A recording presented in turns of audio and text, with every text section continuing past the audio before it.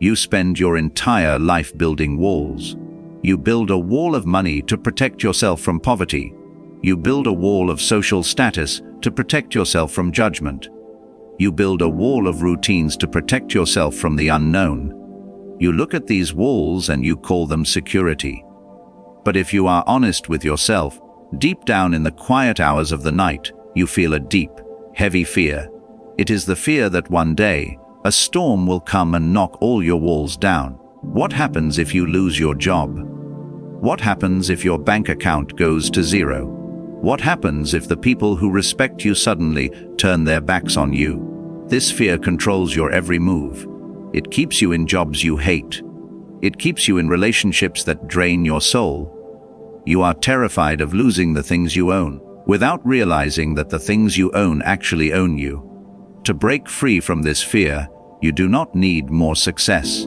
You need to understand the power of absolute ruin. More than 2,000 years ago, a man named Zeno was sailing across the Mediterranean Sea. He was not a philosopher. He was a very wealthy merchant. His ship was loaded with purple dye, the most expensive and rare trading good in the ancient world.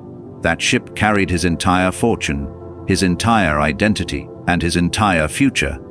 But the sea does not care about human plans. A massive storm hit. The ship was torn apart by the waves. It sank to the bottom of the ocean, taking every single thing Zeno owned with it. He washed up on the shores of Athens. He was cold, wet, and completely broke. In one single night, he went from a respected, wealthy man to an absolute beggar with nothing but the wet clothes on his back. Think about how you would react to this. Most people would scream at the sky. They would cry. They would curse their bad luck. They would spend the rest of their lives feeling sorry for themselves, living in the shadow of the day they lost it all. But Zeno did something different. He walked into the city of Athens, sat down at a small bookshop, and started reading. For the first time in his life, his mind was not busy worrying about money, ships, or cargo. His mind was completely empty and therefore completely open. He read the teachings of Socrates. He met the philosophers of the city, and he realized a shocking truth. His wealth had been his prison. The storm did not destroy his life. The storm set him free. Years later, after founding the school of Stoicism and changing the history of human thought forever, Zeno looked back at that terrible storm. He said one of the most powerful sentences ever spoken: "I made a prosperous voyage when I suffered shipwreck." This is the core of Stoic power. It is not about avoiding the storm. It is about using the storm. We live in a culture that worships comfort. We are told that a good life is a life without pain, without failure, and without loss. But a life without fire is a life where nothing strong is ever forged. When a fire burns through a forest, it looks like a disaster. The old trees fall, the ground turns black. But the fire is actually doing a necessary job. It burns away the dead wood. It puts nutrients back into the soil. It makes space for the sun to reach the ground so new seeds can grow. Your life works exactly the same way. When you face a major failure, a breakup, or a massive loss, it feels like the end of the world. Your ego screams in pain.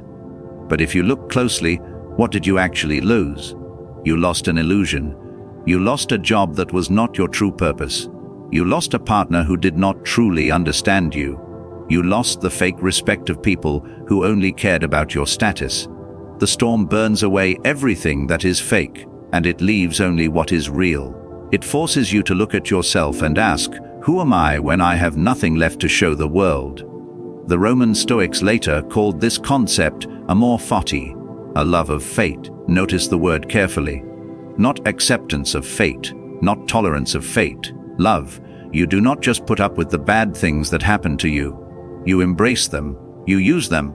Marcus Aurelius wrote that a blazing fire makes flame and brightness out of everything that is thrown into it. If you throw trash into a weak fire, it goes out. But if you throw a massive log into a roaring fire, the fire does not care. It eats the log, and it burns even hotter. You must become the roaring fire. When life gives you a hard task, you say, good. This will make me tough. When someone betrays you, you say, good. I have learned a valuable lesson about human nature. When your plans fail completely, you say, "Good. Now I can build a better plan." You take every single obstacle and you throw it into your fire. The obstacle in the path becomes the path. Start practicing this today. Do not wait for a massive tragedy. Practice it on the small things. When you get stuck in traffic, do not get angry. Say, "Good. I have 10 extra minutes to sit in silence and train my patience." When your computer crashes and you lose your work, say, "Good. I get to do it again, and I will do it better this time." You are training your mind to stop acting like a victim. You are training your brain to hunt for the advantage in every negative situation. You spend your life trying to build a safe house. You try to control every detail so nothing bad ever happens. But true safety does not come from controlling the world. True safety comes from knowing that even if the world takes everything from you, you will be fine. You will stand up. You will shake the dust off your clothes, and you will rebuild. Tonight, think about the things you are most afraid of losing. Look that fear directly in the face. Realize that losing those things will not kill you. In fact, it might be the exact thing you need to wake up. Stop running from the storm. The storm is not your enemy. The storm is your teacher. Let it burn away your illusions. Let it break down your fake walls. Let it strip you down to the absolute truth. Because only a man who has lost everything is truly free to do anything.